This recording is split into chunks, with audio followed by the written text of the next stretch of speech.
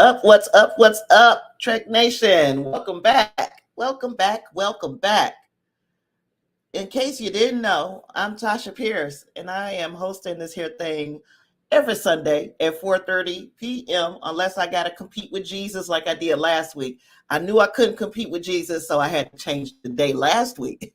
But this week, we're back on track with our Sunday live streams. So everybody that's here, you've read. We're going to be spoiling the heck out of Star Trek Picard season 3, episode 9. And if you have been hanging out with me for maybe the last 3 or 4 weeks, I had already spoiled it. Yeah, my theories were on point to a degree. I missed on some things, but a lot of things I did get right. We'll talk about that as the episode moves on.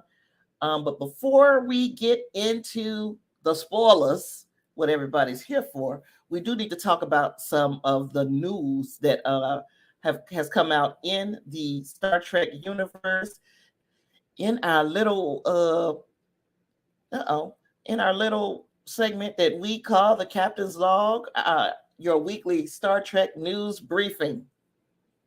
So, what was the first thing? Let me see. Oh, the first thing was kind of exciting. Star Trek Picard, for the first time, a Star Trek show has broken the Nielsen top 10.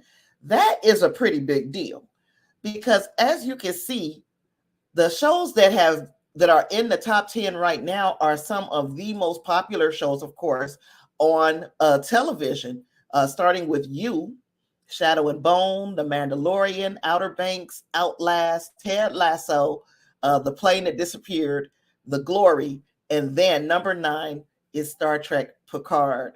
And last was Gabby's Dollhouse. Now, another thing that is very interesting about the fact that Star Trek Picard, we're proud to say, is the first Star Trek show to break the Nielsen top 10.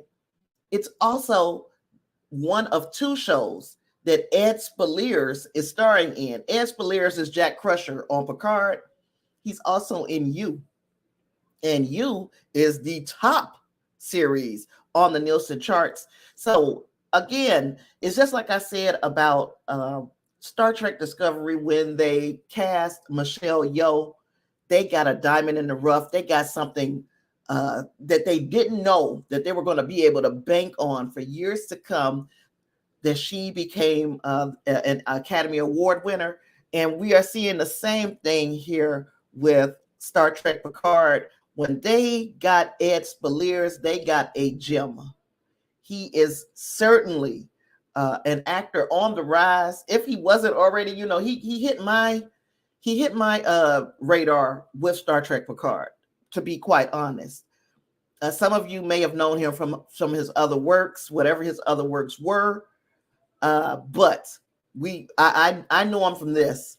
And for him to have or to be part of 2 series in the Nielsen top 10 is just absolutely outstanding. Yeah, Clarence, it is. It's a good achievement.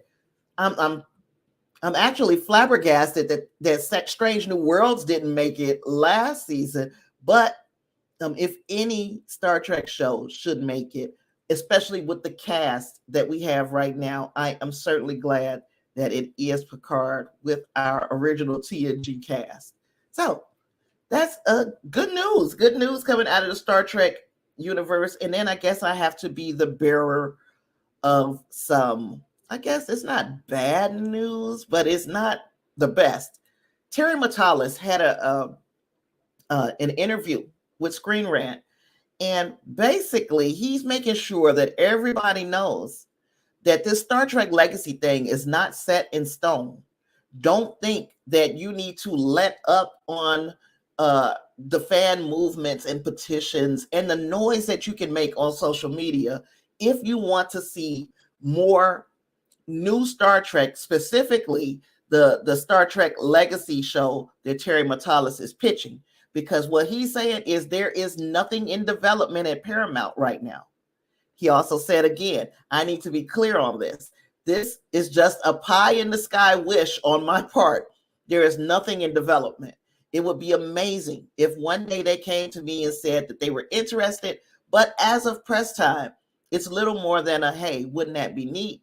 But hey, stranger things have happened. Indeed, they have, because when Star Trek Picard started, we didn't think we were going to get the TNG crew. In fact, Patrick Stewart, he definitely wanted to go in a different direction. He didn't want to go in the direction of a reunion show.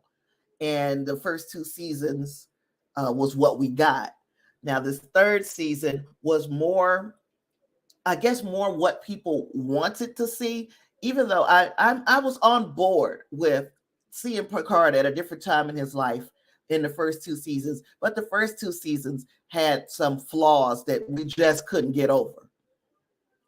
This season has been a bit better. We have seen, again, some flaws, but this has been enough that we say we want more of it. We'd like to see what else Terry Matalas can do with the Star Trek family and make it without it leaning so heavily on nostalgia. So can Terry Matalas pull it off without tugging at our heartstrings with stuff that we already know, an original series? I would like to see that. And I'm pretty sure I'm not the only one. So please continue to make noise if you'd like to see what else Terry Matalas can get into with Star Trek.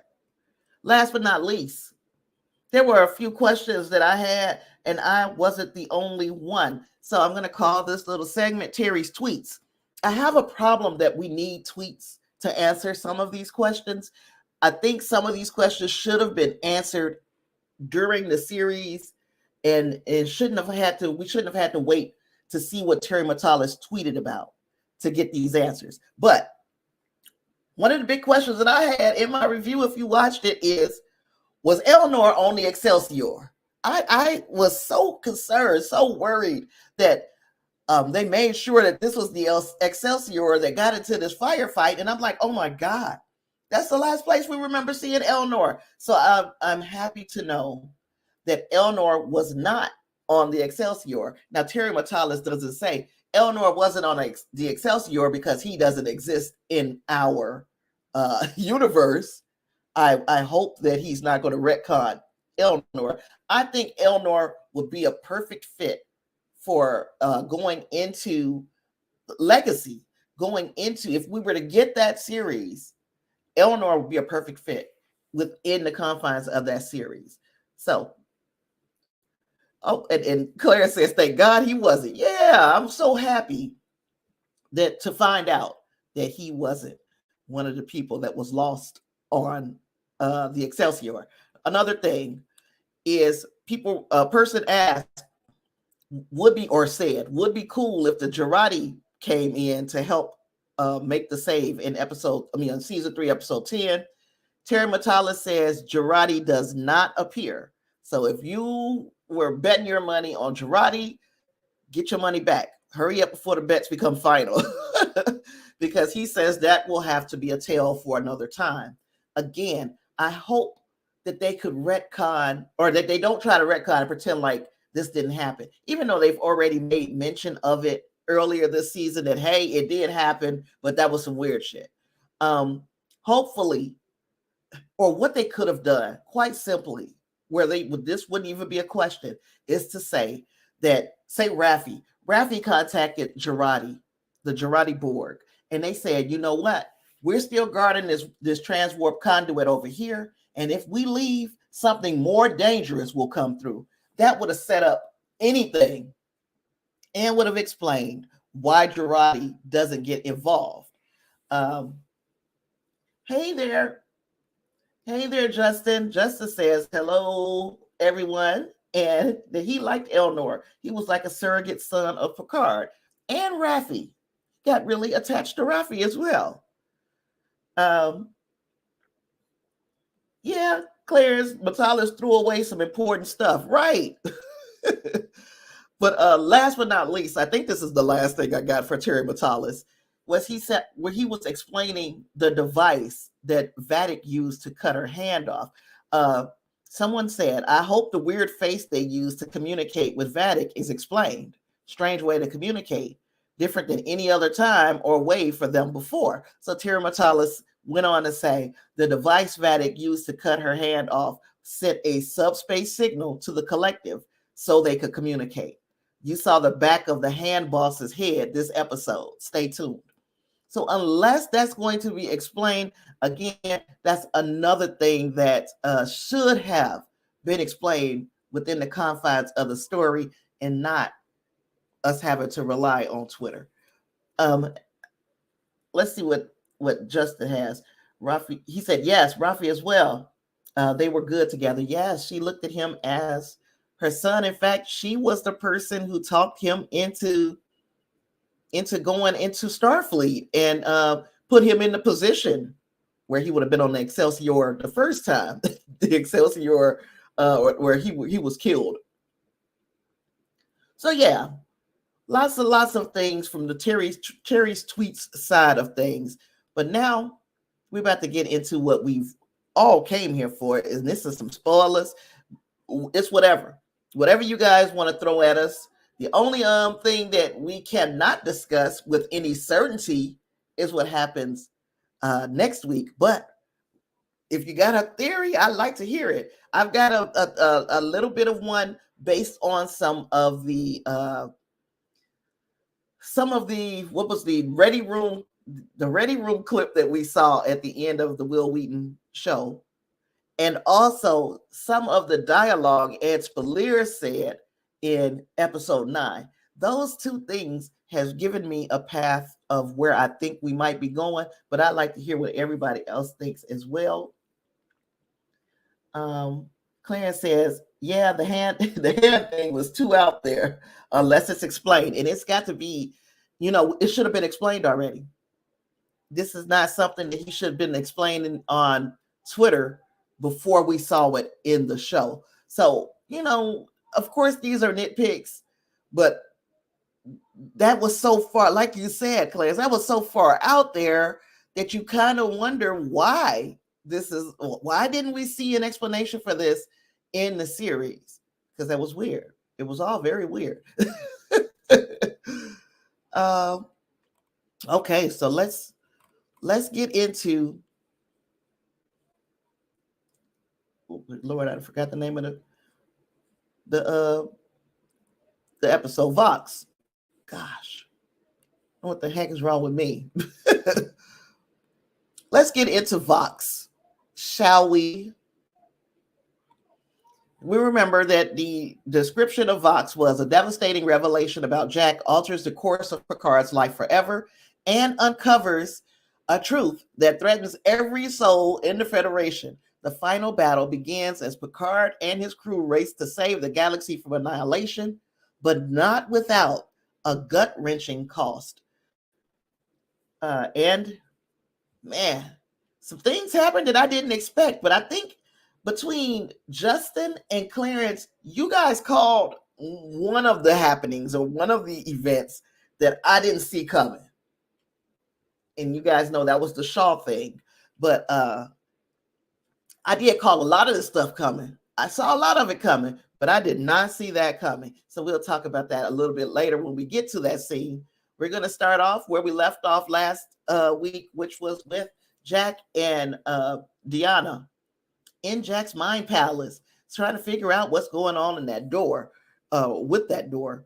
And we saw in Jack's memories, in his mind, they took him to that arboretum on Raritan 4. I think that was Raritan 4.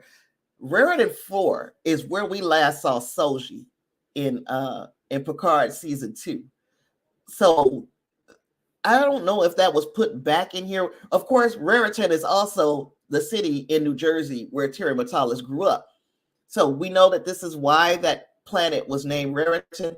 But I wonder if the fact that we go back to a planet that we know Soji is at, that is that hope for her character in the Legacy series, if that series it takes off and it comes off the ground. There was nothing wrong with those characters. There was a lot wrong with the writing around the characters at points, But there was nothing wrong with Elnor, and there was nothing wrong with Soji. And I would like to see more from those characters to kind of wrap their stories up. Very interesting characters with not a lot done with them. So hopefully, by the fact that we went back to Raritan 4, that we will see Soji again. What else did we have? So we done played around with this door for weeks and weeks and weeks. So to see her hand on that door again kind of made me, it was like ready to drive me crazy.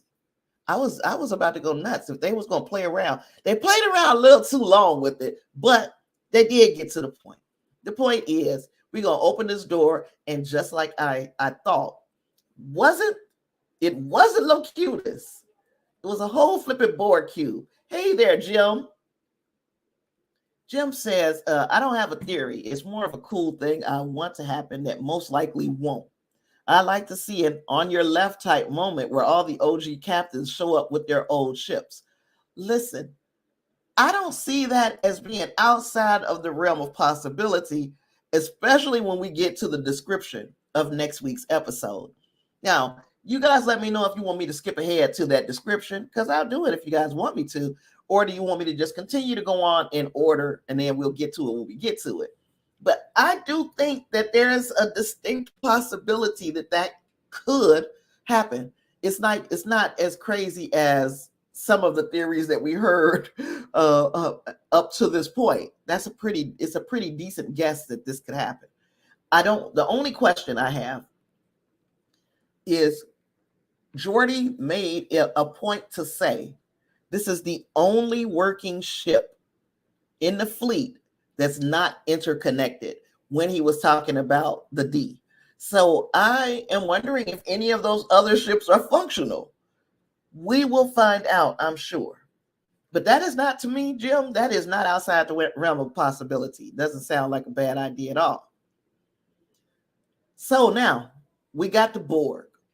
Was everybody who was not excited to see the Borg? Because to be quite honest, I wasn't excited to see the Borg. I knew, just following the breadcrumbs that were laid ahead of us, I knew the Borg were coming. I wasn't happy to see them. I wasn't pissed off either. But I think the reason why Terry Matalas waited so long to show us that it was the Borg is because he knew that there would be some people who were disappointed. I really believe that he thought maybe he would have lost some people if he revealed the Borg too early. He had a story he wanted to tell with the Borg, even though there has been some Borg fatigue with the fandom. The Borg has been used over the last 2 seasons, so we didn't think that we see them again. Which makes me wonder, hey there, Norman, I'm going to pick your comment up in just a second. It makes me wonder if this season was about the fans or was it about Terry Matalas? Did Terry Matalas have a story that he wanted to tell that had the Borg as central to it, and come hell or high water, he was going to tell that story, regardless of how the fans felt? And this is why we got this late introduction to the Borg as the big bads. Norman says, I think since Jack is a transceiver, there could be a possibility once he ever gets control or is communicated effectively by his parents, he may make the difference. I am in complete agreement, and I got receipts. So I am going to share my receipts a little bit later. Hopefully you're still hanging out with me, because you know I'm coming with the receipts of why I think you, Norman, are 100% correct. I am on board with what you're saying. Clarence said, I think the twist was intriguing enough to make their appearance work. I sure hope so. And that means sticking the landing. You know, it's one thing to introduce the Borg as the big bad. It's something entirely different to make sure that nobody else could have fit this villainy. Nobody else could have been the antagonist. It had to be the Borg. Part of me says it had to be the Borg because Picard had to defeat the Borg before it was all said and done. We all can agree that was one of the things that many of us wish to see happen. But at the same time, you got to make this story worth bringing it back for a third bite at the apple. Norman says, I also see them asking for help from the Klingons, Worf to Martok, the Romulans. Laris will convince, who knows, Sayla and others, maybe even the Breen and others, not part of that network. I think they answered that part in the Ready Room clip. And I don't know how many people watched the Ready Room after the episode. Well, let me tell you, it's a wealth of information that comes through there, and specifically a clip from the from the next week's episode. So we saw a clip that basically said we can't communicate with anybody else. They tried to reach out to other Federation planets and such, and it's a blackout, communications blackout. So they're pretty much on their own. They basically said we are the cavalry, and we being the Enterprise D. Clara said this story could have almost been written for Cisco with the Pirates being the big bad. It could have been, yeah. And again, now if we start changing the protagonist, so my question is, and I agree with you, this could have been that if they wanted to go in the direction of bringing back Cisco in a Deep Space Nine reunion show, this could definitely have been him with the final battle against the Pirates. But with Picard, could they have used any other big bad? Did it have to be the Borg? In my head canon, yes. In some people's head canon, no. We could have used any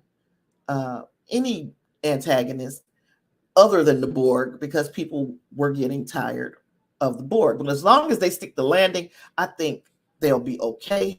It's just that, yeah, people had told a lot better stories in their mind with other big bads than the Borg. And I still think we should give it an opportunity and give it a chance. But people have already written their story, and in their minds, they feel like their story is the best thing since sliced bread.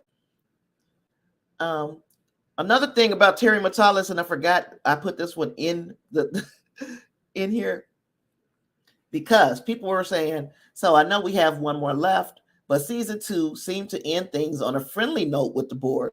So I'm just hoping this is addressed in the final episode. Terry Matalas said that was an alternate faction of the Borg from an alternate timeline. History was not rewritten. The real Borg were still in the Delta Quadrant after being poisoned by Janeway. Agnes' nice Borg are distracted guarding a transwarp conduit across the galaxy. Shaw explains this in season 3, episode 4. No, Shaw said, forget that weird shit you saw on the Stargazer. The real Borg is still out there. That's not an explanation. It's an explanation for why there would be another group of Borg, but it is not an explanation as to what went on with Jurati Borg. If you followed it in your mind, I guess you would say that they didn't pick up last year's Borg Queen until they got into the alternate timeline. So that's a timeline now that doesn't have a Borg Queen. They brought that Borg Queen out of that timeline. She fused with Jurati in the past, which is, it's confusing and crazy. But yeah, she fused with Jurati in the past, and then they brought them back to the future after 400 some odd years. But that Borg Queen was from a different timeline. I know. No, he didn't explain it.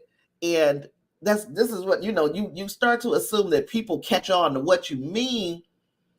And no, people don't necessarily know what you were saying. When you just said the real Borg is still out there, forget that stuff you saw in the Stargazer. That's like saying everything that you saw last season I didn't write that, so it doesn't matter. And if that's the way you wanted it to be, then we needed it to be like that from the very beginning of the season. Make that understood from the beginning of the season, because you're right. You're outlining this new season, so it can be whatever you want. But if you want to throw away everything else, explain that right up front. None of the rest of that shit mattered. Season 1, season 2. Nope. I'm keeping these little aspects of it, and the rest of it I'm throwing in the garbage. Now, if you were doing that, we should have known that from maybe episode 2. Okay, so Picard and Beverly find out the bad news that they got a bouncing baby Borg on their hands, and they start talking about how Borg, Jack was never assimilated, and then they started putting the pieces together that it had to be handed down from Picard himself. I didn't mind the explanation for that.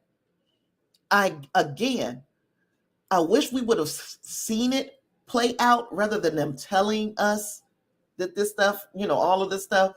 If they would have slowly made the reveal over weeks, that would have included Beverly in more, and as far as her medical expertise. And it also would have made more compelling, so people wouldn't be so abruptly disappointed. You would be able to see more easily see that the Borg were coming, because some people would argue me down and told me I would be disappointed when it wasn't the Borg. I'm like, no, I'm disappointed that it is the Borg unless they do something fantastic with it. So far, I'm not upset. But those people were ready to stand by their guns that it was Armis or Kirk or the Power Wraiths or any other villain that they like to see. If they would have gotten the breadcrumbs, bigger breadcrumbs, bigger hints that we were going in a Borg direction, they probably would have still been on board with the story, and they wouldn't be so disappointed come episode 9. You forget what I'm saying?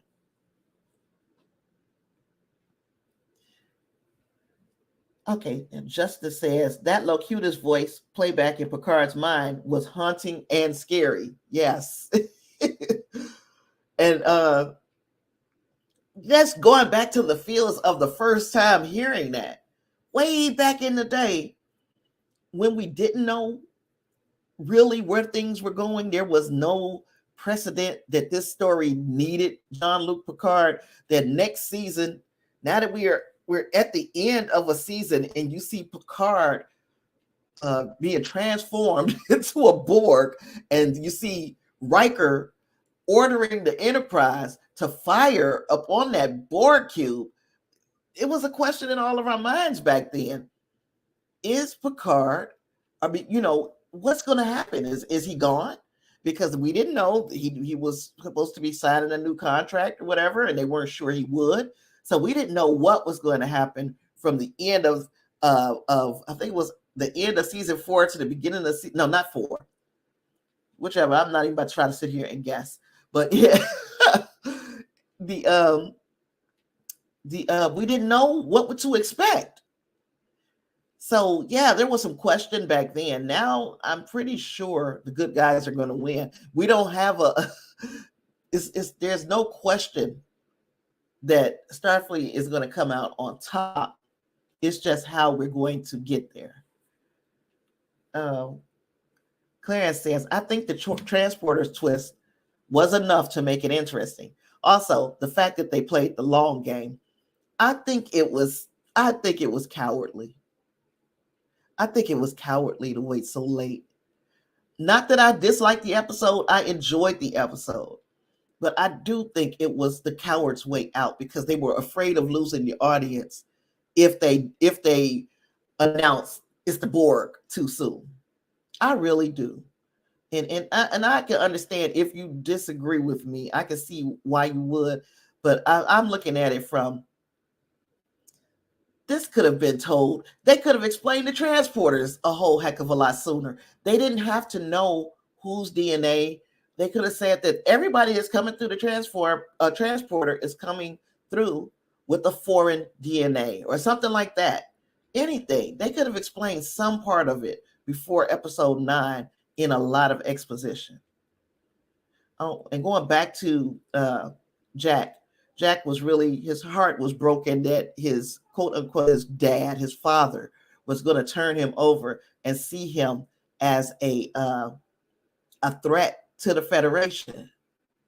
And he had a soliloquy, a little monologue that he went through, and I'm gonna read it because this is what I was talking about when I was telling Norman that was it Norman or was it Jim?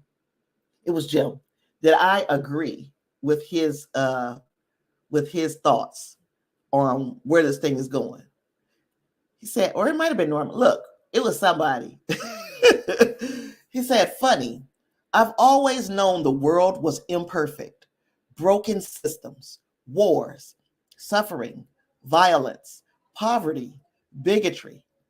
And I always thought if people could only see each other, hear each other, speaking one voice, act in one mind together, who knew a little cybernetic authoritarianism was the answer? But the Borg, they don't feel, they don't care, but I do. So how does that factor into this? And that is the question. How does that factor into this? Now, when we move past what this week's episode and go into the Ready Rooms clip, Picard said something almost similar. He spoke about a hive mind, and they answer to one voice, and they act in one mind, and it's basically telegraphing that the answer is going to be Jack, and Jack has pretty much says that he cares and he feels. So how does that factor into this? That is going to be what they beat the Borg with. The very thing that everybody had so many issues with Discovery about, they're going to beat the Borg with feelings. They're going to beat the Borg with the familial obligation to protect the people you love. They're going to beat the Borg with love. And hey, I could be wrong. I haven't been wrong so far. Oh gosh, Johnny, except for with the Shaw thing, I was wrong about that. Johnny says, love that they use proper pronunciation of futile, much more ominous. Yes. Resistance is futile. And they're all speaking in one voice. Scary, scary stuff. Technobabble at work. Yes, sir. That right there this week, we got a bit of it. Now, was it comfortable? Was it a comfortable place to be in? Of course it was. You know, this is what we grew up on, or what, you know, as I ain't gonna say all of us grew up on it, but this is what we've come to expect from Star Trek. We're going to get some explanations. They are going to be made up in like a made up type language, but we're going to understand every word of it. And we did. We understood. Claire says, still not sure why he is the weapon. I don't know, man. Maybe it's because of his youth. Look, I can't figure it out either. I can't. Why it had to be him. You know, especially when, well, yeah, I can't figure it out. Maybe it's his youth and the fact that they got plenty of years to go if they use this younger body, and he is like a Pied Piper. He has all the other young people. They got a Borg collective that can last a long time with the youth, I suppose. That's me with some technobabble. And then we saw Brent Spiner's data offer some comfort to Picard as he sat and thought about how he basically has passed the worst parts of himself on to his son. The comfort comes in just putting his hand on his shoulder. Now, Data might have known through a subroutine back in the day, okay, this comforts humans sometimes, but now I'm pretty sure that he knew that my silence, there's nothing I can say that's going to make him feel better. But me putting my hand on his shoulder lets him know that I'm here for him. That to me was just a beautiful less is more moment in this episode. I thought it was really nice. He is the new best of both worlds, as Beverly and Picard discussed. Now that is actually really, yeah, that's a poignant thought, especially the best of being saying the words best of both worlds. Yes. Justice says, there's a theory that going forward, some humans will be telepathic and it's a new evolution of humanity. I don't mind it if done right, but Jack and Picard make me so mad. I need them to hug it out. I think they will. I think by the end of the season, I think they'll be on better ground with one another. Hey there, David. Welcome to the show, sir. Glad you can make it.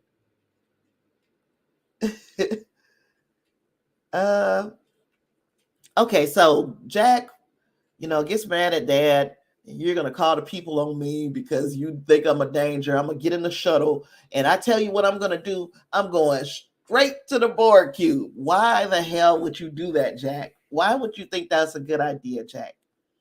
This Borg cube been playing with your mind for weeks now, maybe even months, depending on how long it's been going on that we didn't know about. So why would you go if that Borg cube was calling you all across the galaxy? Why would you think you could go there by yourself and defeat whatever's in the Borg cube? What made you think that was going to happen? So that was stupid, but okay, we're here now. We're here, and then all of a sudden we get assimilated. We meet up with the Borg Queen. She spells out, "Hey, Locutus, that was your dad. He was the one who speaks. You're going to be the voice. You get it? You're the voice. You're Vox. You're Vox because you are the voice, and he was the one who speaks. Get it? Okay, we got it. We got it." She made sure we got it too. But anywho, it was the Alex Kriege version of the Borg Queen. So Terry Matalas not only brought back a Borg Queen, he brought back the Borg Queen. So there's that.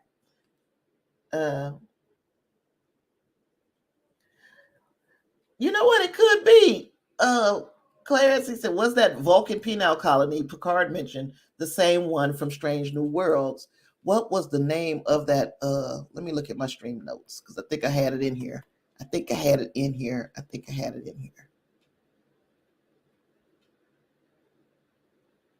Boy, I hate when I have things in my notes sometimes and I be forgetting to even look over here, but I don't think I had that.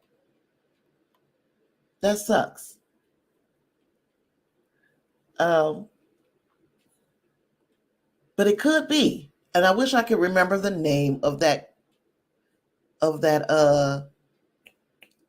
colony that they said. If anybody remembers the name of the colony that they were going to send Jack to have him mind melted and lobotomized,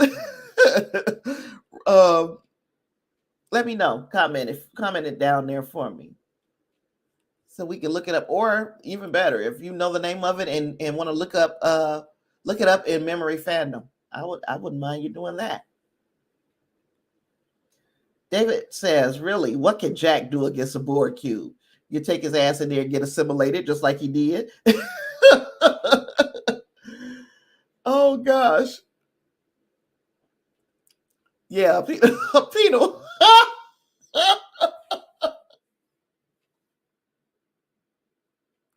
I didn't realize the spelling of that. Clarence, he told Clarence told an inadvertent funny. It's just and I'm pretty sure it's some auto correct with the penile colony. Oh, so yes. So Clarence says, what can What can Jack do against a Borg? A Borg cube? He can become the Borg king. So that is oh gosh. So that's basically where we're going. He's the Borg king or Borg prince or something of the other. Yeah, Johnny, Jack will tell the collective it's nap time. I hope that don't work again. They're gonna have to use some other means because the Borg, one thing about them, if you can do something to them once and it catches them by surprise, but after that, they and not I'm trying to figure out the word that I'm looking for. They make a way that they can accommodate. They move around that the next time. Uh, Even to the point where when you shoot at them, they modulate their shield frequency so that if you shoot at them again, it won't hit. It's like they've got everything figured out. Once you do something to them, so once you put the whole colony to sleep or the whole collector to sleep, okay, now we wake up. We know that we're not going to allow that to happen again. At least that's the way the Borg have worked over the years. Of course, they can do whatever they want because this is their toy box. The writers can write whatever they want, and we will have to accept it. But I hope that they think and remember that that's the way the Borg worked from the beginning. Yeah, that Vulcan one, that would be scary. Okay. Yeah, nap time worked before. It should not work again. It shouldn't, but here we are. It could.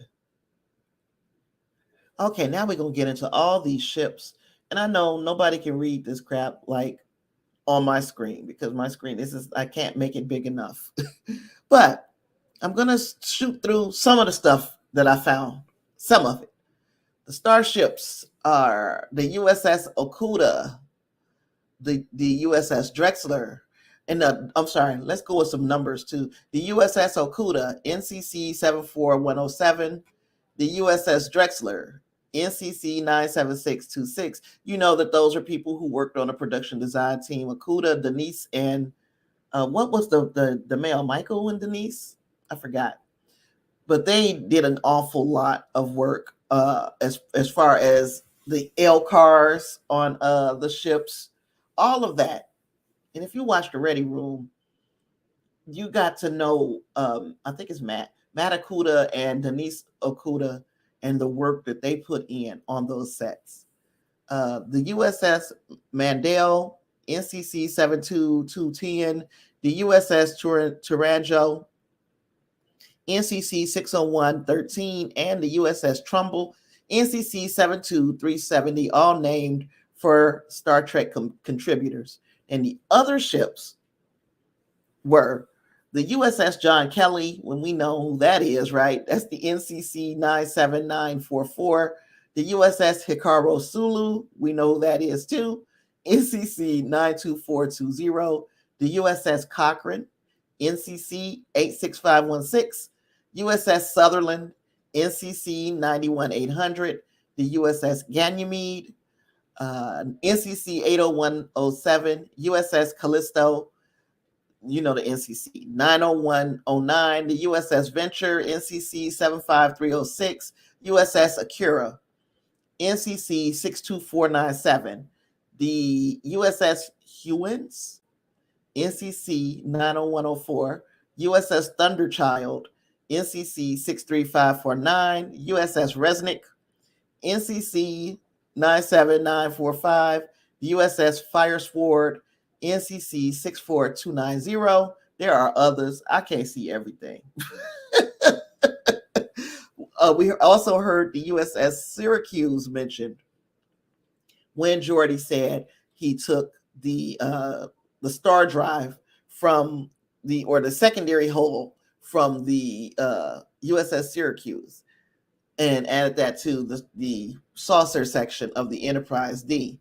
So that was from Eye of the Beholder, an episode. Yes, the USS Pulaski also, that's one we heard them say when they were approaching in those formations.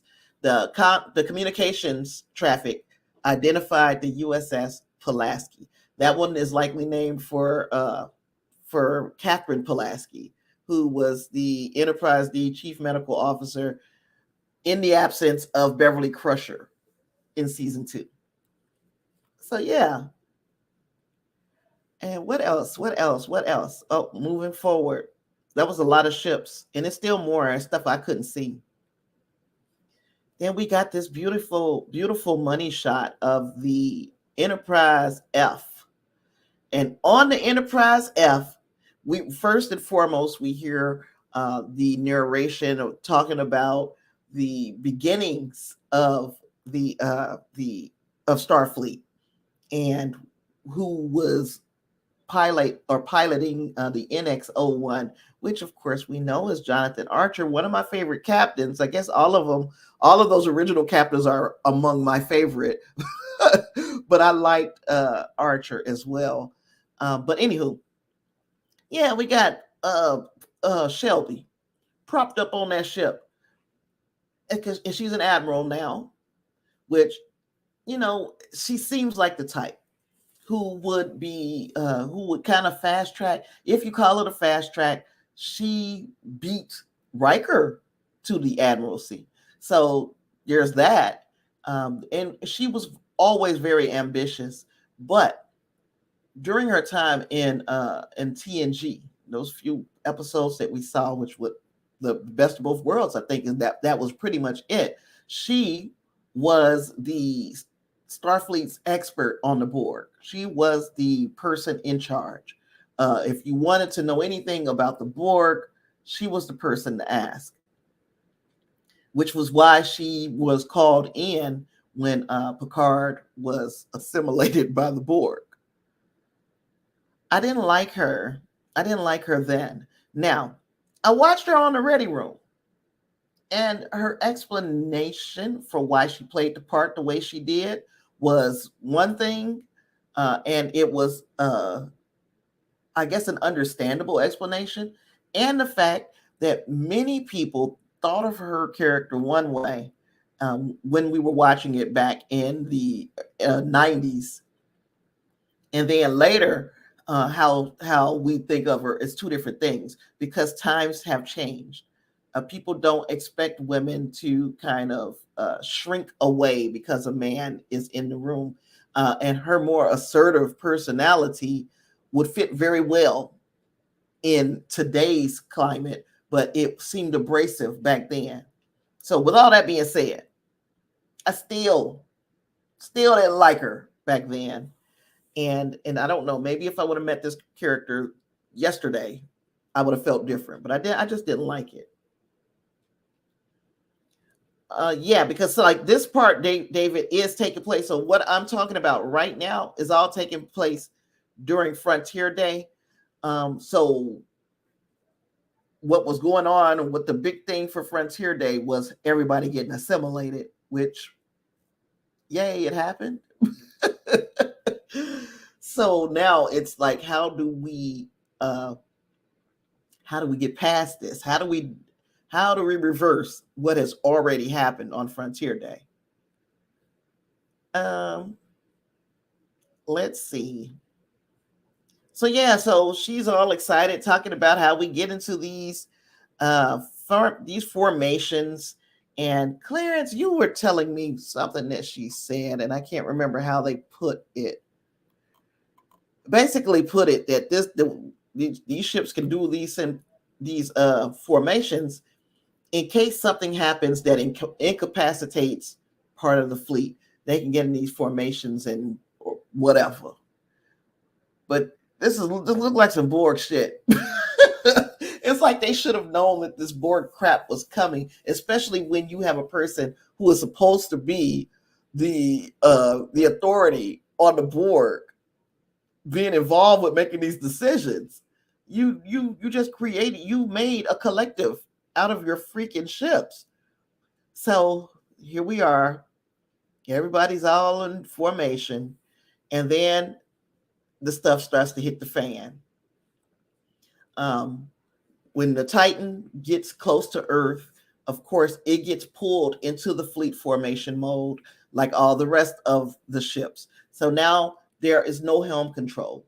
Nobody is piloting the ship. The ship is automatically going into formation. So we got that part. Then we hear that loud screech going on over the comms, which was basically the message being sent that ends up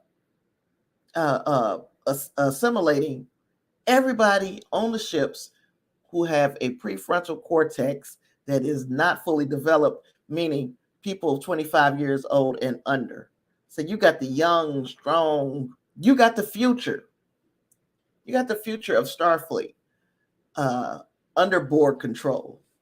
And as it went down, we finally see what happens with Shelby. She gets wasted.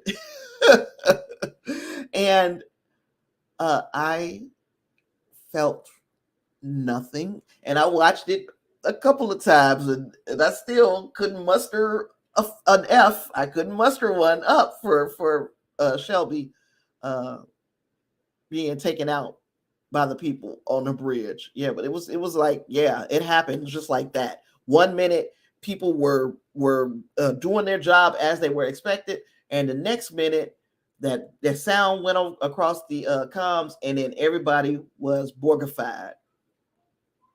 To include the people on the Titan, to include the LaForge girls, and everybody was feeling some type of way because Geordi was feeling some type of way. Geordi was ready to risk it all to save his girls. It took Data to say, look, man, we got to have a plan. You can't just run up there. They bored now. Shoot, they're not yours anymore. They belong to Voxa now. Okay, so then we got into a firefight with the Borgified crew.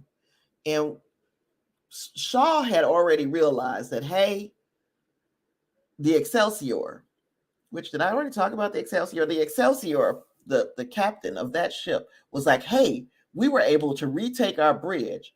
They made that call from a maintenance channel. Gosh, couldn't think of the word. So they made that call from a maintenance channel. They're like, hey, we were able to retake our bridge. But once they retook their bridge, the only thing the rest of the fleet just pulled them out of formation and destroyed the ship. And that's why I was so afraid that Elnor was on that ship. But he apparently was not. But still, we lost the whole ship. But we did learn that you could get a message out through a maintenance channel. And that gave Shaw the idea we could get the hell off of this ship with the maintenance shuttle because it's not connected to the fleet. So they got to get to maintenance. You got a whole bunch of geriatric people and Shaw and Seven and later Raffi trying to help them get from one point on the ship to the maintenance shuttle. So they are laying down cover fire. That's Shaw and Raffi and Seven. And Shaw is hit. And this was the thing that I was talking about from the beginning. I did not see coming because I would not have killed Shaw, even though I had issues with the character throughout the season. And I know that's some people's favorite character. I had a few little issues with the way the character was written. I would not have killed Shaw. And we still don't know for sure that he's dead, right? You know, we haven't seen his body get shot out into space. And even if we saw that happen, we know that we can see him come back. So anything can happen in Star Trek. But they lead us to believe that when he was shot, that with his dying breath, he transferred command of the Titan over to 7 of 9. And he called her 7 of 9, which is a huge, huge step in their relationship of him calling her by her preferred name. Now I'm gonna pick up these comments. David says the other thing abrasive about Shelby was she was trying to take command from Riker. Hope she makes some smooth moves this time. Well, she gone, baby. She is gone. But yeah, I agree. She was trying to take command from Riker. She basically was like, look, you're being offered these commands and you're not taking them. So you are stagnating your own growth, but you're also stagnating mine because I'm next in line for this posting. So get out of my way. And that's precisely what she said. You are in my way. So yeah. Justice says, I hate they killed Shaw, but he died a hero and made peace with Seven. But I wish he lived, but had a feeling he may die. I really hope. Oh, no member. I don't know. Obscene. What is this? I don't know. Obscene repute. Thank you for becoming a member. Obscene repute. But yeah, I hope that he survived, because what we saw happening, we saw him fading, and then we saw the camera cut to Seven's face, and then we never saw them again, right? So hopefully, obscene gesture. Gosh, I don't know why I thought. Okay, thank you, obscene gesture, for becoming a member. An old Greek G. I would have never gotten it. I appreciate you though. Thank you so much for joining the family. Now where are we at? David says, I think one reason that Shaw was a dick was so you wouldn't feel too bad when they killed him. But I think they wanted us to feel something. Because yeah, I think they wanted us to feel something. They made him a dick because that's who he is. However, there were some things about him that could have been I guess to me, it was like he was so afraid of doing something that would get someone hurt. And it's like forgetting what you should have learned in Starfleet Academy with the Kobayashi Maru. You can do everything right and still lose. And it's like that's a lesson that he didn't get. So yeah, that was yeah. Yeah, they made Shaw. I'm glad you found us too. Obscene gesture. This is our little happy family. This is what we do on Sundays. So you are welcome. Make your comments, whatever, suggestions, whatever. I'm here for it. Okay, so now we're on this maintenance shuttle. This was like one of those funny lines from Brent Spiner as Data, who was just being painfully I guess he was, I won't say he was being gosh, what is the word I'm looking for? Geordi was looking for somebody to look at the bright side.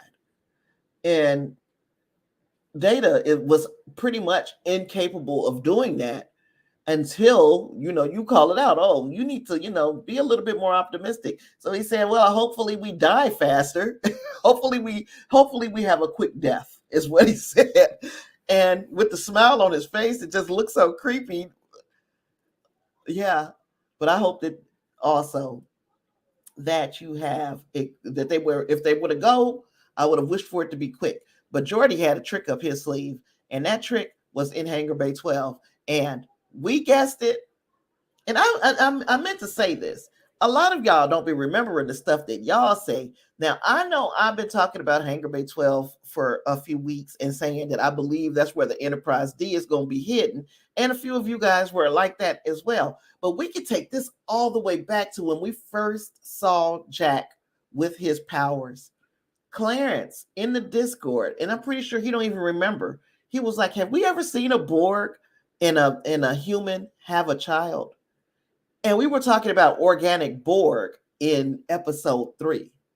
But then we dropped it because they started showing us other little stuff that looked, that looks so much better over there. And that looks so much better over here. And now we're like, you forgot. You had so many theories in between there that we forgot. The difference is I just went back to the original theories that we had from week 3. So yeah, but Clarence, you said that from the beginning. So anywho, we also were talking about Hangar Bay 12 and what we thought was behind there. And we pretty much guessed that it was going to be the Enterprise. And isn't it amazing how they all these grown folks could fit in that turbo lift? They all in there. Did the turbo lifts get bigger, or did everybody on there get smaller? And we know that's not the case. Nobody got smaller. I don't think. Some of them might be the same size, but nobody really got smaller. So they made that turbo lift bigger. You say you still think it's a possibility they leave us hanging and make a follow-up movie. As long as if they're making a movie, it would have to be a Paramount Plus movie. It wouldn't be a big screen movie, because we talked about how the movie division is I think it's 20th Century, Universal. The movie division is Universal, and the TV division is Paramount.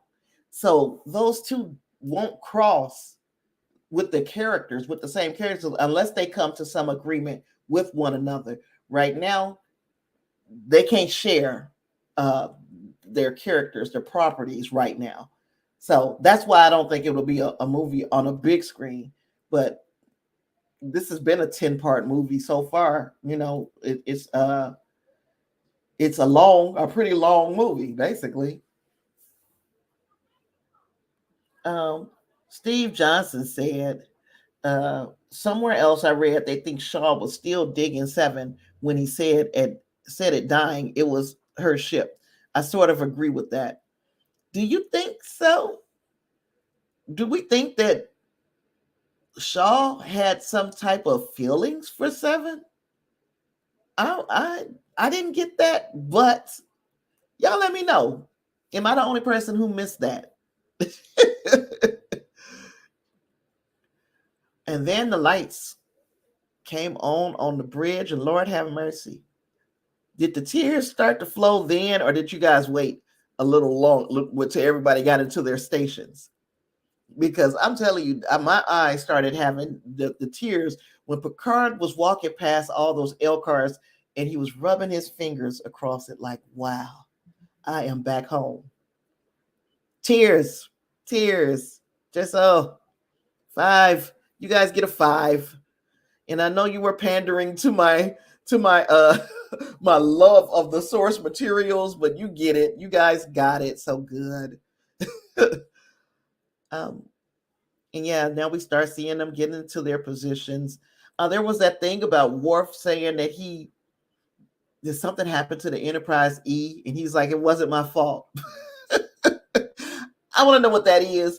There were several things that we were saying that there could be an episode of a new series that could cover this. Like, for instance, for me, it was what happened to the Enterprise E. That's something that can be covered as an episode of a new series. That's just an anthology series that just follows, goes back and elaborates on plot threads. And that was one that I would like to see elaborated on. Another one is I'd like to see what happened to Janeway and Tuvok. Where were they when all the young people were assimilated? How did they escape? Because you know they escaped. They have to escape, right? They can't kill Janeway and Tuvok.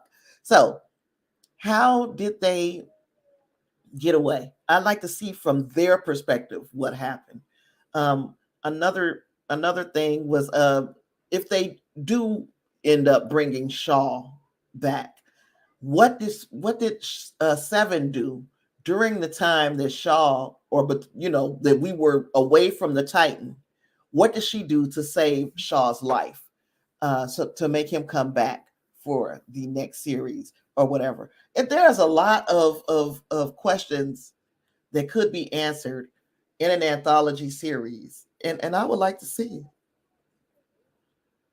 Justin says, so happy the Enterprise D is back. I love the Big E, but the Enterprise D is my favorite. Tears of joy.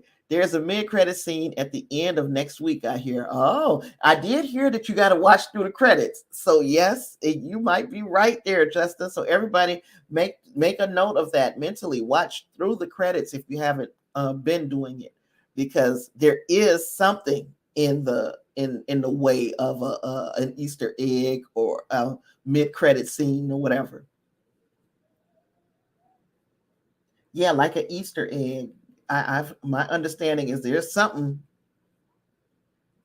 Norman said, "I want a novel to talk about the Changeling's Great Link and what Odo was doing all this time." Yeah, I know he did more than simply just warn Worf. I agree. That would be another thing that you would like to see followed up on is what tipped Odo off, and and yeah, what else was he doing during this time? That's good. Justin said, yeah, Easter egg may set up something that Justin is hearing. Now, again, I don't know if it was more or less to throw us off, but he did say that there is no guarantee that we're getting the legacy show. Maybe that's something that they're saving for the end of this season to make an announcement. We'll see. Did you guys see in New York Times Square? They had that big billboard with the Enterprise D come flying in. It looked dope. If you haven't seen it, because I did not save it to anything, if you guys haven't seen it, go to Terry Matalas' Twitter and you'll see it there, or wherever he does social media. You'll probably see it on Instagram and Facebook as well. So take a look at that. I thought it was really, really dope. See Picard in the chair. Lord have mercy. Tears. And then he still does the pull down of his shirt when he sits. Oh my gosh. It was such a familiar and comfortable feeling to see them all in their positions. Only thing I didn't see is Riker throw his leg over the chair. He did get that Riker lean at a point though. So yes, everything was yeah, it was just really nice. Hey there, Reinhardt. Reinhardt says, hey, Tasha, I thought this was an amazing episode. I know it was heavy on fan service, but I think it was well done. He loved it. You know, I had some things, little nitpicks, but at the end of the day, I did enjoy the episode. Yeah. In Star Trek Online, that tug is called the Picard maneuver. It sure is. Yep, and it just warms my heart to see him do it. I'm so glad that he remembered to pull that shirt. I remember the Picard maneuver. Oh gosh. And then we got some shots of our girl. Uh just wonderful, beautiful, lovely.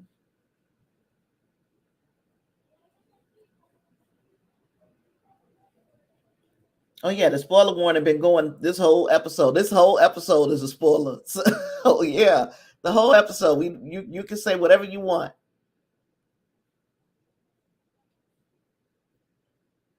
Um, well, Reinhardt is getting his thoughts together there. The Last Generation is our next episode.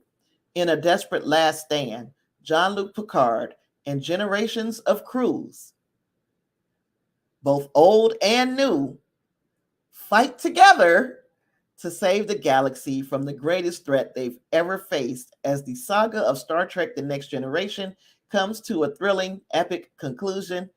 That is taking me back to who was it that said they wanted uh, uh, the on my left moment for Picard. This description makes me feel like you are right on track, that we will get something like that. And of course, this is Tasha's theory, so don't go repeating this like it's gospel. But I think we will get an on your left moment, because it says Picard and generations with an S of crews with an S, both old and new. So we're getting two crews. One of them is an old crew, the other one is a new crew, and they're going to all fight together to save the galaxy from the greatest threat they've ever faced. So how this is going to go down, I don't know. Who is going to be involved? Of course, I don't know.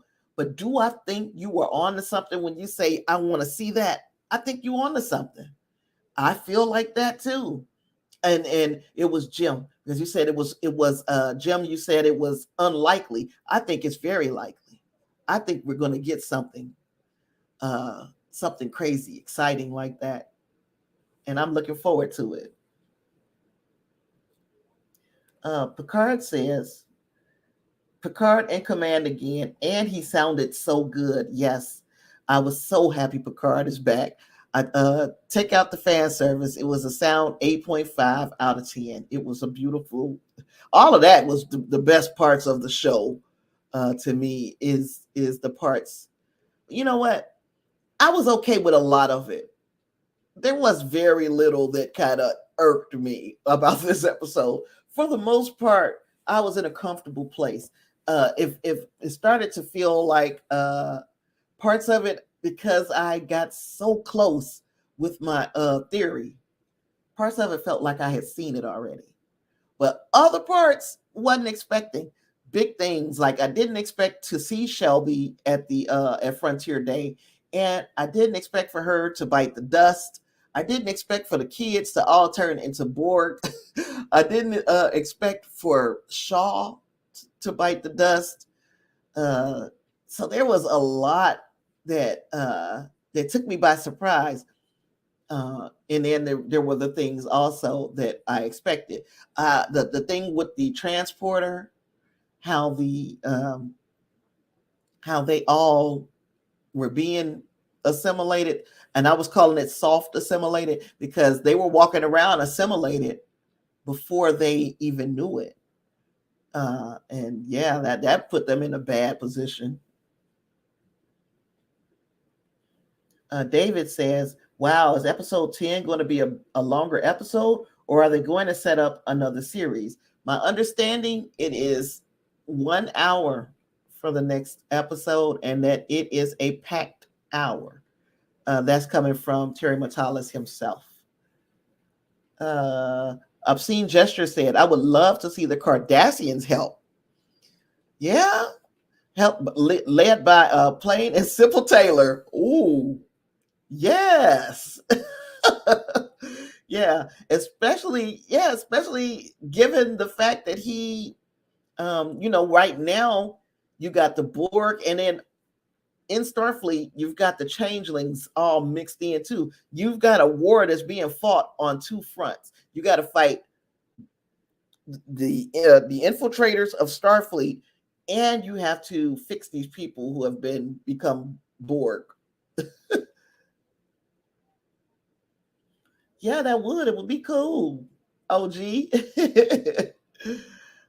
Justin says, I have a crazy theory. The Queen sounds like the First Contact Queen. It is. But it's Narissa from season 1. Now, look, I don't know if they're going to pull a trick on us, but that voice is definitely Alice Creed. It's definitely the First Contact Queen. She said she always says she would make a great Borg. It would be funny if they brought her back.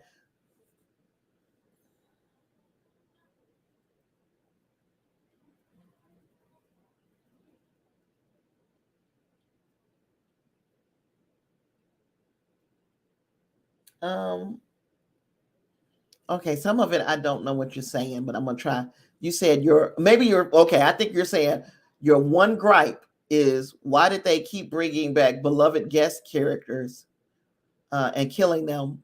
They did it in season 1 with Hugh and Egypt, and in this season they did it with Ro, and now with Elizabeth Shelby. I think with Ro, I think Michelle Forbes asked for that character to be offed. If what I read is correct, that she didn't want a possibility for the character to ever come back. She wanted the character gone. So that's her decision. Now, Elizabeth Shelby, I have never been more happy to see a character bite the dust. I know I'm being petty. I know I am. So she might have been beloved to you.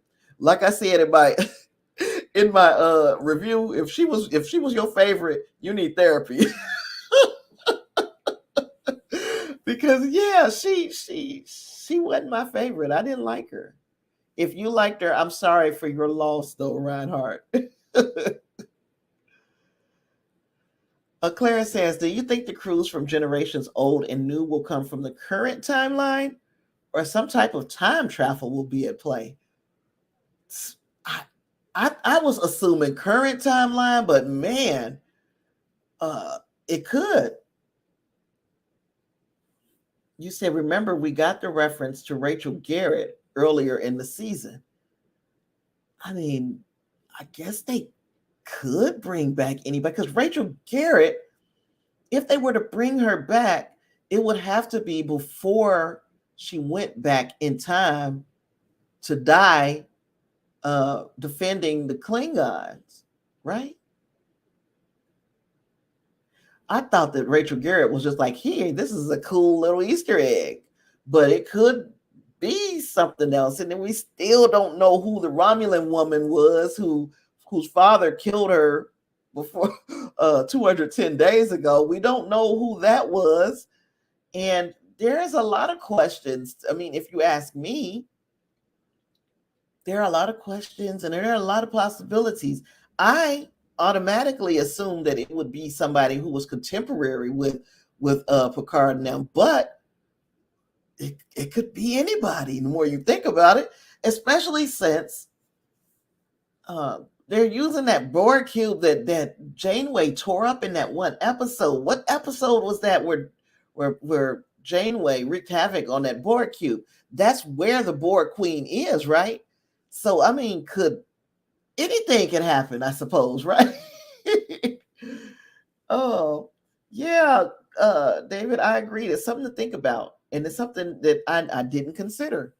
So who do y'all think it is? So I'm getting the feeling that Clarence thinks that we're going to get somebody who came back from the past or from another timeline. What for me, as far as what I think, I really don't know what I think. I think that we're going to get a bunch of crews, and like the description says, old and new. Let's go back. We're going to get these crews. They're going to be old and new. I don't know what that means, though, right? We could be getting crews from every era of Star Trek, which would be insane. I've seen Gesture says, with Starfleet low on ships after the Borg, I wonder if we'll see a Dreadnought Enterprise D after a refit. And there has to be something done. It's going to have to be something done. Because we're gonna have to damage some more ships, right? And there will have to be some ships lost in this that would make it necessary for them to refit more than just the Enterprise D. I mean, we need the Enterprise D to hang around for a while, of course. But yeah, we should get this should usher in a whole new era of ships.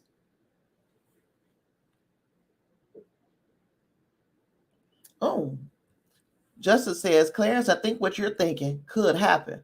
There was a Star Trek game like that with Borg. And while a lot of the things that I predicted early in the season that I thought where they would try to borrow storylines from the games did not come to pass, this might be something that could.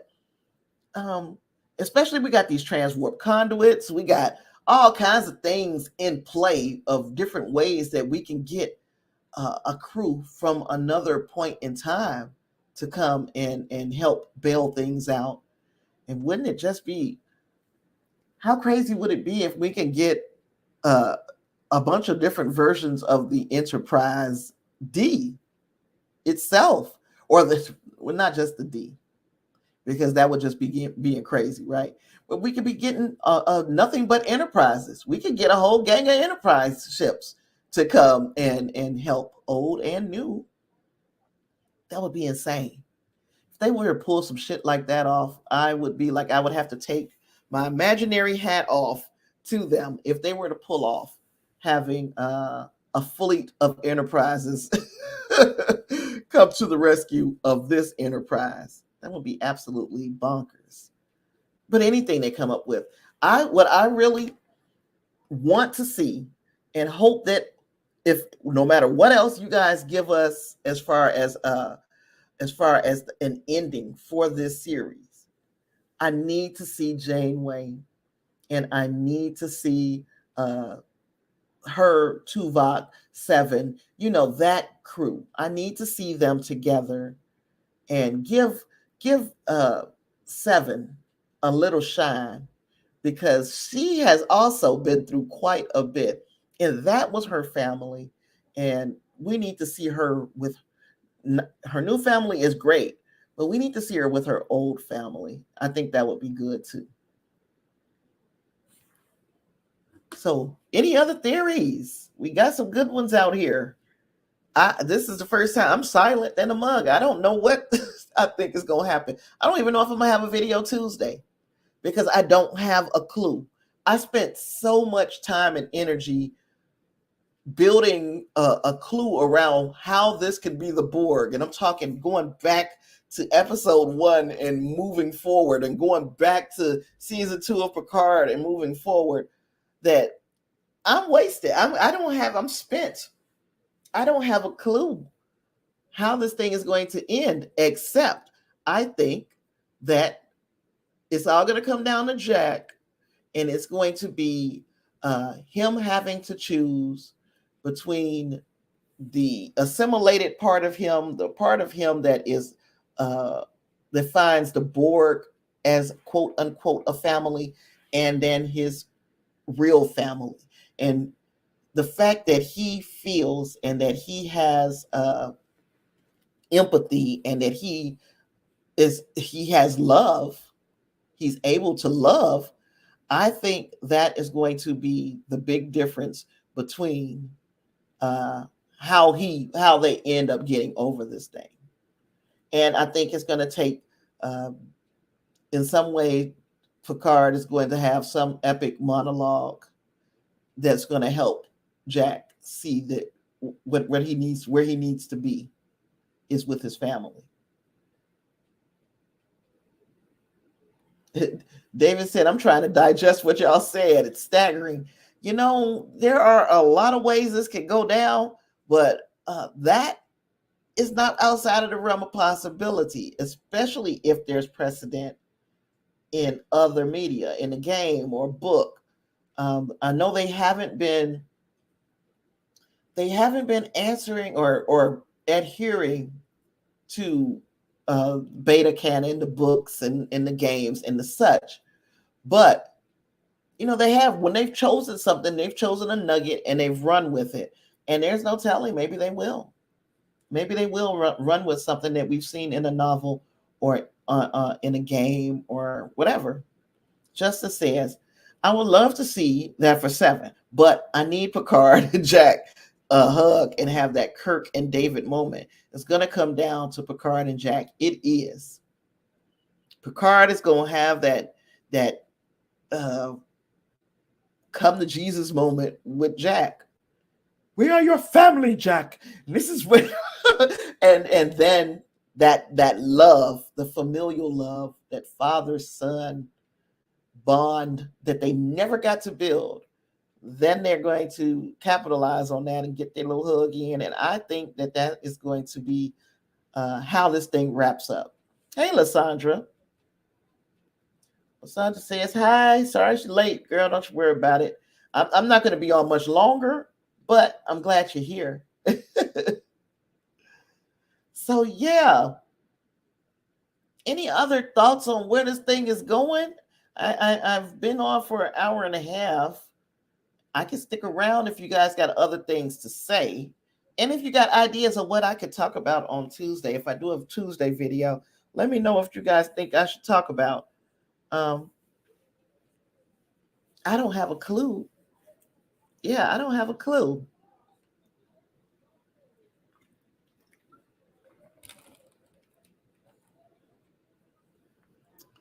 Mm, mm, mm. Now that they've killed Shaw, I hope we don't see anybody else die. We don't have to see nobody else die at this point. Um, what do y'all think? Is anybody else gonna kick the bucket? I don't think so. I hope not. Yeah, I hope not either. I don't want to see. I don't want to see anybody die. I was, Shaw quote unquote is gone. I really still don't believe it. I ain't gonna believe it until, like I said, until they shooting that body out into space. I'm not gonna believe that he's deceased just yet.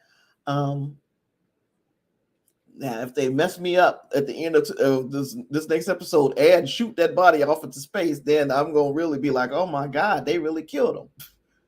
Because there is precedent, and I don't remember who said it, that Seven can save him with some nanoprobes, which would, in essence, make him a Borg.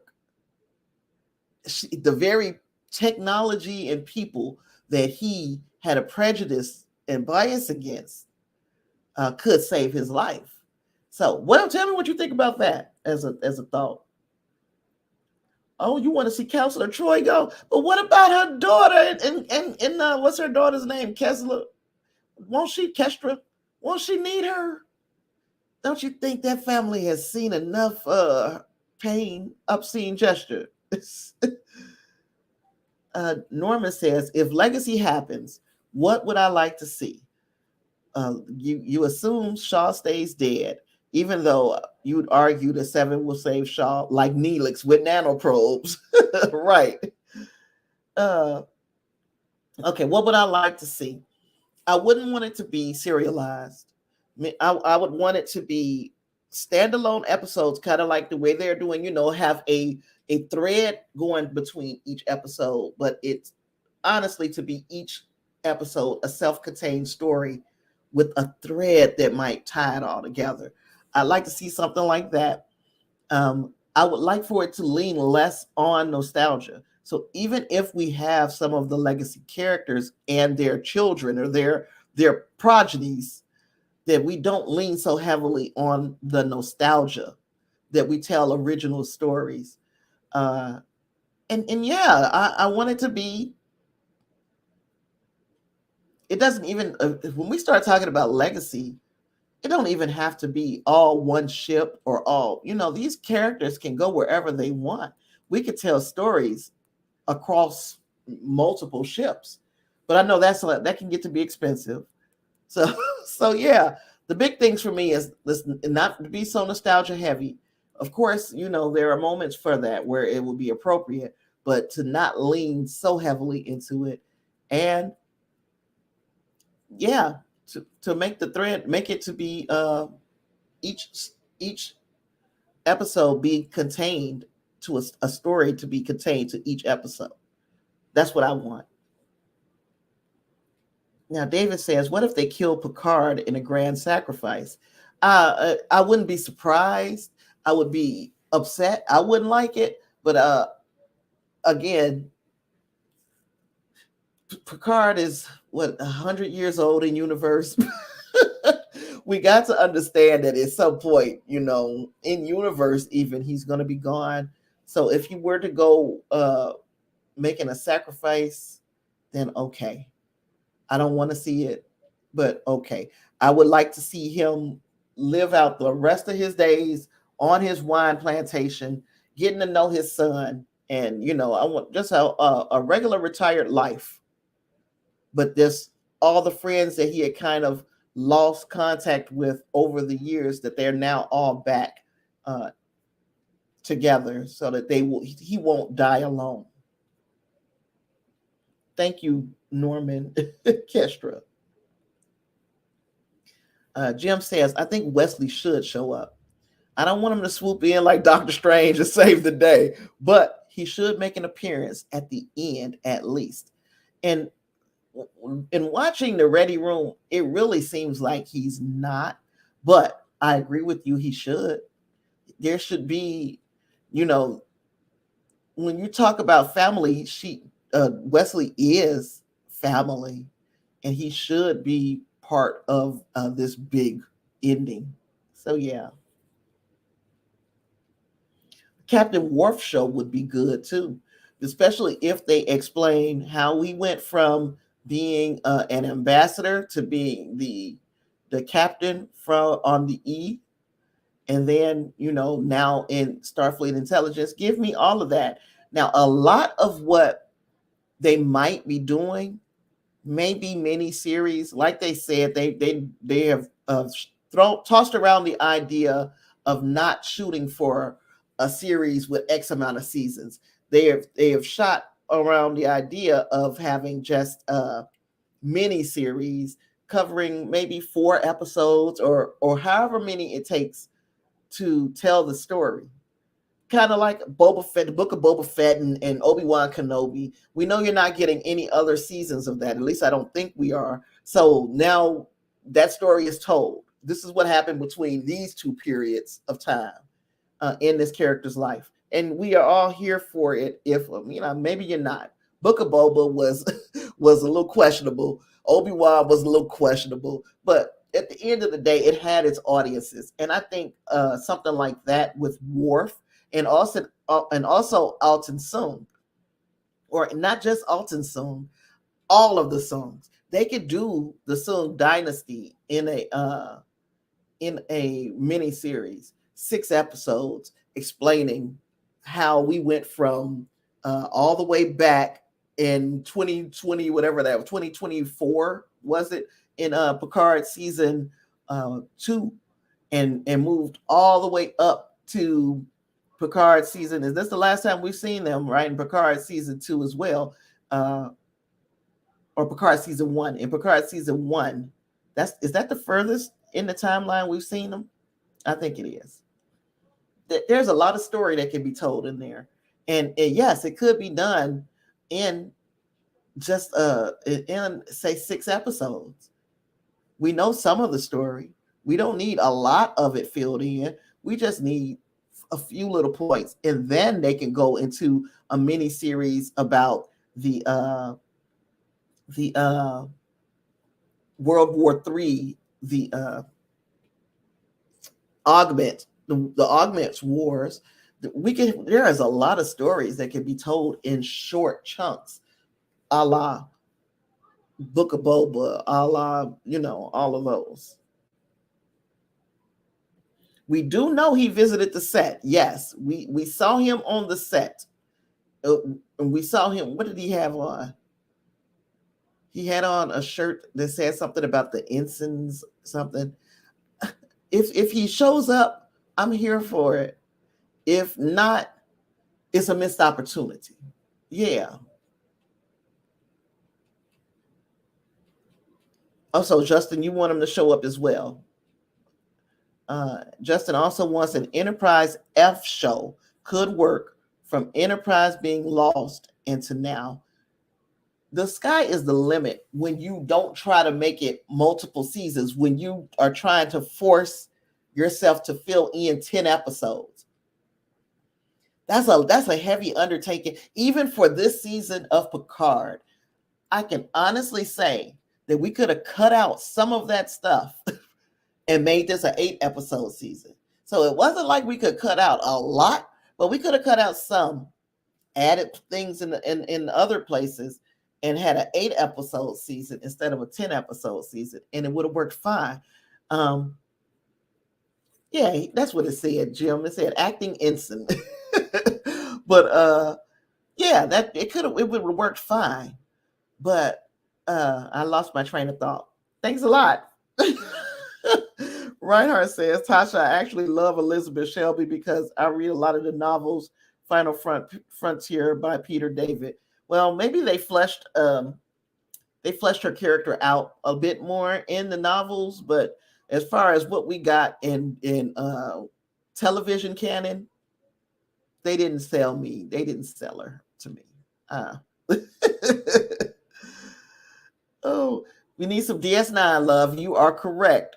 I would love to see what happened. Did Cisco ever leave the prophets? Did Cisco come back into the real world? Did Cisco, the child, what was the new baby? New baby with Cassidy Yates. What happened with that baby? What happened to Jake? Did it go down like the visitor? Did he just sit and wait for his dad to come back?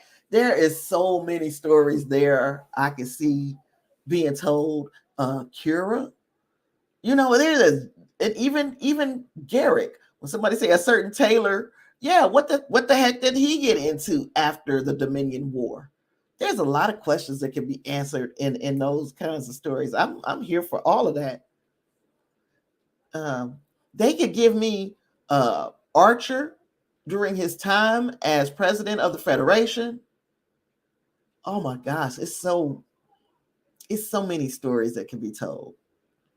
Justice said, Reinhardt, those are great books with Shelby and Excalibur. Then wait a minute, you said true about something. Oh, some true DS9 love. Okay, I see it now. Justice says, maybe Cisco may show up next week. That would be huge. That would be huge.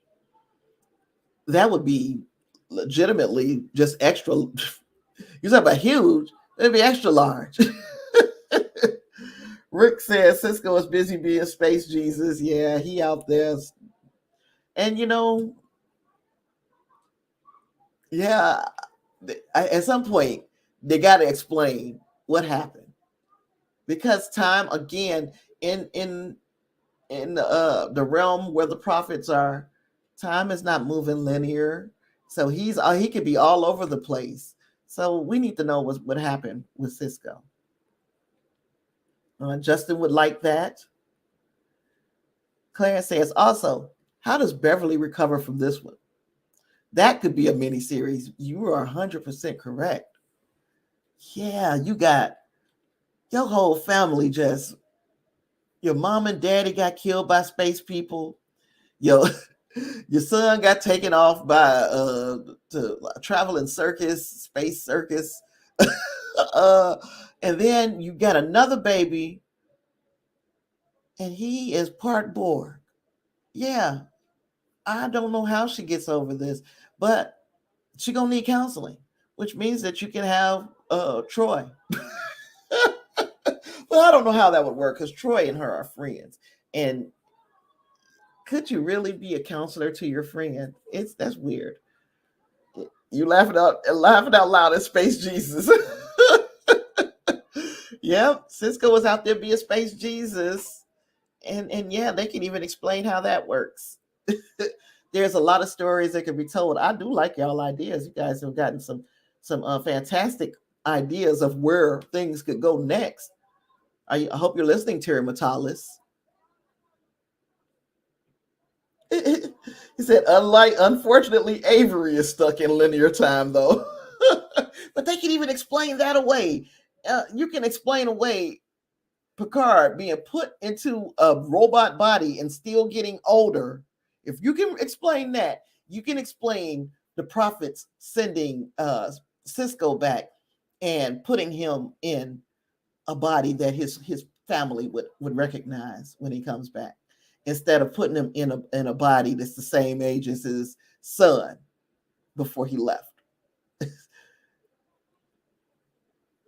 Justice says he is in the comics again, so that could happen. And he has said he would return for the right reasons. Maybe that is the mid-credit scene. I don't want to start anything that's going to get me all excited. Because in case you didn't know, I am a DS9er. I am a Niner, y'all. I love that show. So it'll be right up my alley for Cisco to come back. I'm not going to get my hopes up just yet, but it is something that I wouldn't mind seeing. Reinhardt said, I got to say that reunion was almost perfect. Only thing missing, Wesley Crusher. That's all I can't see. Oh, thank you, Rick, for joining. I'm glad to have you. Now, what did you say here, Reinhardt? I got to say that reunion was almost perfect. Only thing missing was Wesley Crusher. That's all. Right, I said it. Oh yeah, you ain't the only one that said it. People want to see Wesley. I appreciate you for joining the channel, Rick. You guys are making me so happy because it means that you guys are finding some value in the things that I say and my my presentation. So I appreciate it. Thank you guys. Justice says, just a theory. Picard and Cisco are my favorites. Welcome, Rick. Okay. Yeah. Picard and Cisco are your favorites. Yeah. Now, if I can't put a I can't quantify it. They all are so fantastic. But if I had to pick a series, it's definitely Deep Space Nine first. But I've even become more. I have become more attached to Janeway over the years here, or at least over the past couple of years. Prodigy did an awful lot in helping me say, you know what, Janeway was badass, Tasha. Why was you giving her? I was just no love for Janeway back in the day, but now I love her. So I've gotten a new understanding of the Janeway character. So yeah. Norman says, and Denise Crosby, the actress at least. We saw Tasha as a hologram, but that wasn't new Denise Crosby. Yeah, we saw a throwback. Yeah. So it would be good to see her. I don't know in what form would you like to see her, though? Would you like to see her, like Clarence was saying way up here, talking about the Enterprise C coming in, because we did see the Rachel Garrett statue. Would you like to see the Enterprise C coming in to help, and the pilot, or the captain of that ship being Tasha Yar?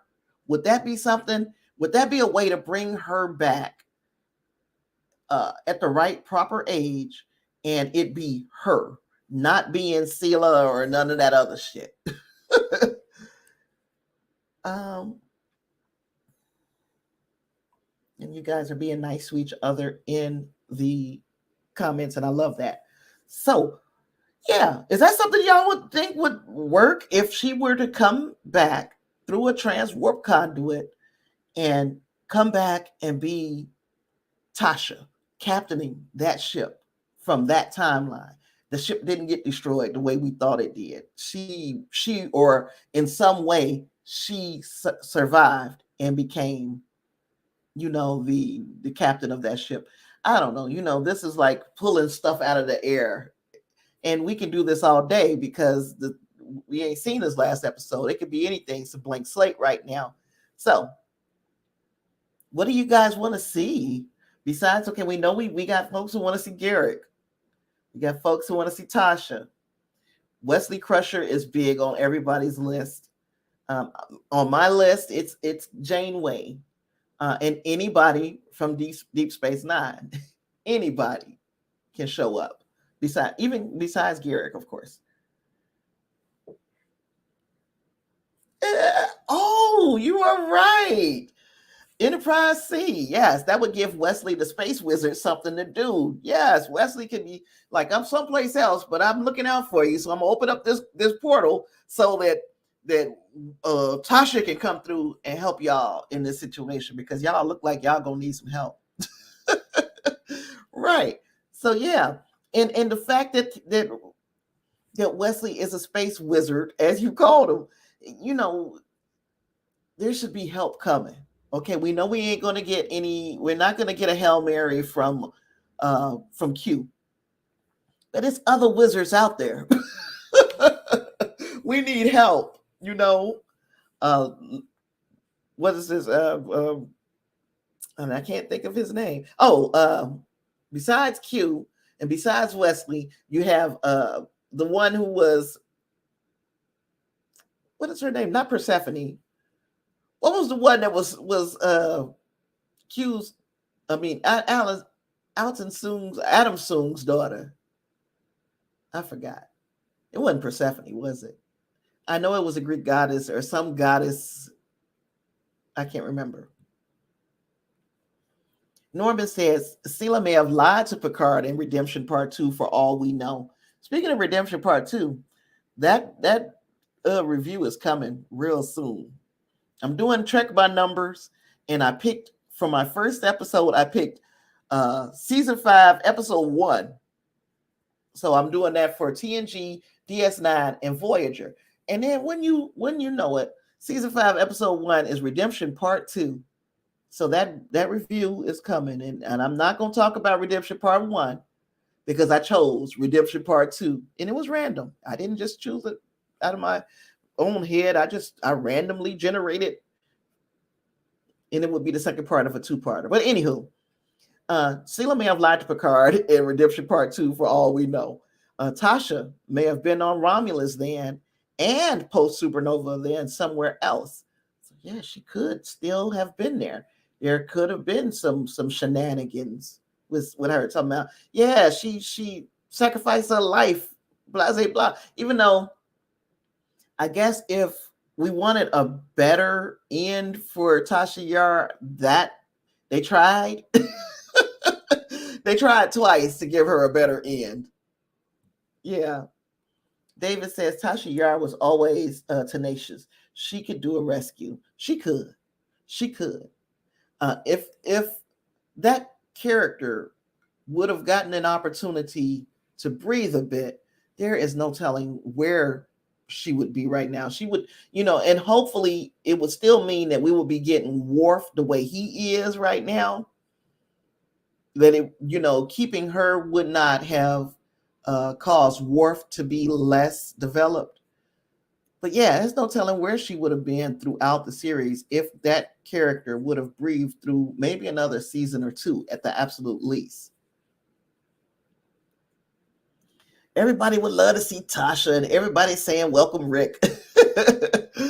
Yeah, everybody would love to see Tasha. I think that's one of the people that people want to see. It's a long list of folks that we wish that we could get. And I think that we are, what was I going to say? I think we might be in for some surprises. I don't have a whole lot of theories because, like I said, I've spent a lot of energy on my Borg theory, on my Locutus theory. But I didn't never think to myself, now, how do you think it's going to end? And now I'm going to be just as surprised as everybody else. Did anybody in the audience today score tickets? Are you in one of those cities where they were going to show the last 2 episodes in IMAX I think it's on the 19th? They're going to show it in IMAX, and it was 10 cities. And, I think it may have been only one screening in each city. So you had to be pretty quick because they were giving them out for free, the tickets. But, was anybody in the audience able to score those tickets? I know there were at least one Clarence tried. They had it in Dallas, and I'm in Houston. So I would not have been I wouldn't have been able to do it because of how far it is. And plus, y'all, if you don't know, I don't leave the house. So that would have been difficult for me anyway. Clarence, again, he tried to score tickets, wasn't able to. I wish somebody I knew was able to get tickets. And I can't remember what cities. Let me see. Can't remember what cities were all involved, but again, they didn't have one in Houston. So let me see. It is, I'm going to read those cities again. They've already given out the tickets. So if you haven't gotten the tickets, you're probably not going to be able to get any.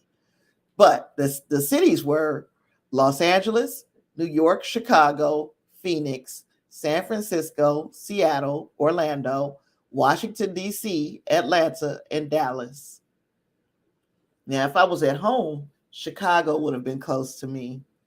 Um, Home is Gary, Indiana, but yeah, Chicago would have been really close. But nope, I'm not gonna. It's like I couldn't. I can't get to Dallas, and I knew it. So the end. Um, but the audiences who were able to get tickets are going to be able to take part in a live question and answer following the screening with Patrick Stewart, LeVar Burton, Michael Dorn, Jonathan Frakes, Gates McFadden, Brent Spiner, Jerry Ryan, and the executive producers, Alex Kurtzman and Terry Matalas. So the question and answer will be held in person at the Los Angeles screening while being broadcast to the rest of the IMAX theater locations. So that would have been cool to go. Justice says, you were right on the board, Tasha. I would love to see it in IMAX, but I'm near Philly. But I didn't think it was around me. So yeah, shucks. I don't even know like what's close. Yeah, all this stuff is pretty, if it's not like a major city, which is why I was about to say something bad about Dallas. I was about to say, why would you put it in Dallas and not Houston? Oh gosh, yeah, I wish it was Houston, but it wasn't. So we gotta wait till Thursday and watch it, and then, of course, you guys tell me also. Should we wait until Sunday of next week, like usual, to do our live stream, or do you want it to be right like the same day as now if I do it the same day as the finale, it's not going to be as much. I'm not going to have as much information compiled because I'm not going to be able to compile the information on that day. I am the caretaker of a less than 1 year old baby during most days. I was going to say during the week, but most days. And Thursday is a long day with him. He's 8 months old, my grandson. So he's a handful. So I wouldn't have as much prepared. I would have more prepared if we wait till the weekend, Saturday or Sunday. So you guys tell me how you guys want this stream to go. If you guys are okay with waiting until Sunday, again, I'll have time to compile some pictures and some more nuggets of information, and all that will be all of that can be, and then we can do it like usual. Tell me in the comments or the chat, or I'm going to send my, because I always forget to do this, where you can send feedback. Right down there at the bottom, under there, you might see it going across. It says send feedback to sinister.media.network@gmail.com. I hope that you would do that. If wherever you are watching, if you have not already done so, can you please hit the like button? And if you know a person or people who would love this rebroadcast, share it. Let's grow this thing. Justin says, Sunday works for me and it helps me digest my thoughts, but up to you and everyone, Sunday works for me too. If nobody else has a vote, me and you voted, Justin. David said, before the lights go out, I want to thank all of you for letting me live Star Trek vicariously through you all, especially Tasha. I appreciate it, David. And gosh, we need to figure out a way to get you, where you can watch it with us or something. I can't think of a way that you can do it. I tried to go through StreamYard and play the episode while I was just on it, like invite people to do a recording or whatever with me. But all we're doing is watching the episode. And of course it's blacked out. You can't watch it. So I don't know. I don't know how I'm going to do it, but I do want to get it to where you can watch it with us. Justice says, you're welcome, David. It's awesome. We all come together for common ground. Yes, we do. And I truly enjoy this little group. And eventually, of course, we'll grow and it'll be hundreds of people in this chat. But right now, if I only get you, if I only had 10 people, I'm glad it's you 10 people. Because you respectful to one another, respectful to me. You guys love Star Trek, and we're not about trying to divide. We're about bringing it together, and I appreciate y'all. And on that, oh, let me pick up Clarence. Oh, Clarence, you told me that before. I just need to write stuff down when you tell me. Think Firefox would work. Chrome has DRM, so I'm gonna have to try Firefox as my um, what do you call it, browser.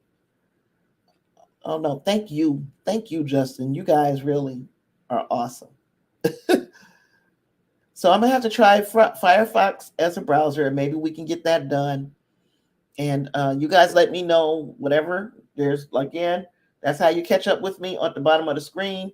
I appreciate everybody for being here.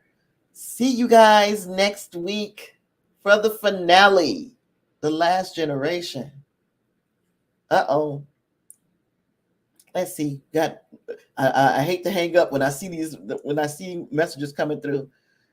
Tasha, Reinhardt said, Tasha, somebody said about Benjamin Sisko and Cassidy's baby in the novels, it's been a girl, it's been a boy, and his character would be 25. Oh, okay. So you're saying that I don't know if it's a girl or a boy. Oh, speaking of which, a girl or a boy, I got a second grandbaby on the way. Did I tell y'all that? And it's a girl. Yes, it's a girl baby. So I got one of each. One coming, and I already got one here. But that's neither here nor there. I ain't talking about this. Is just random trivia. Thank you, Justin, for telling everybody to smash the like button. Thank you for giving me that peace sign. Thanks for joining, Rick. I will see everybody here after the finale. Live long and prosper. Peace.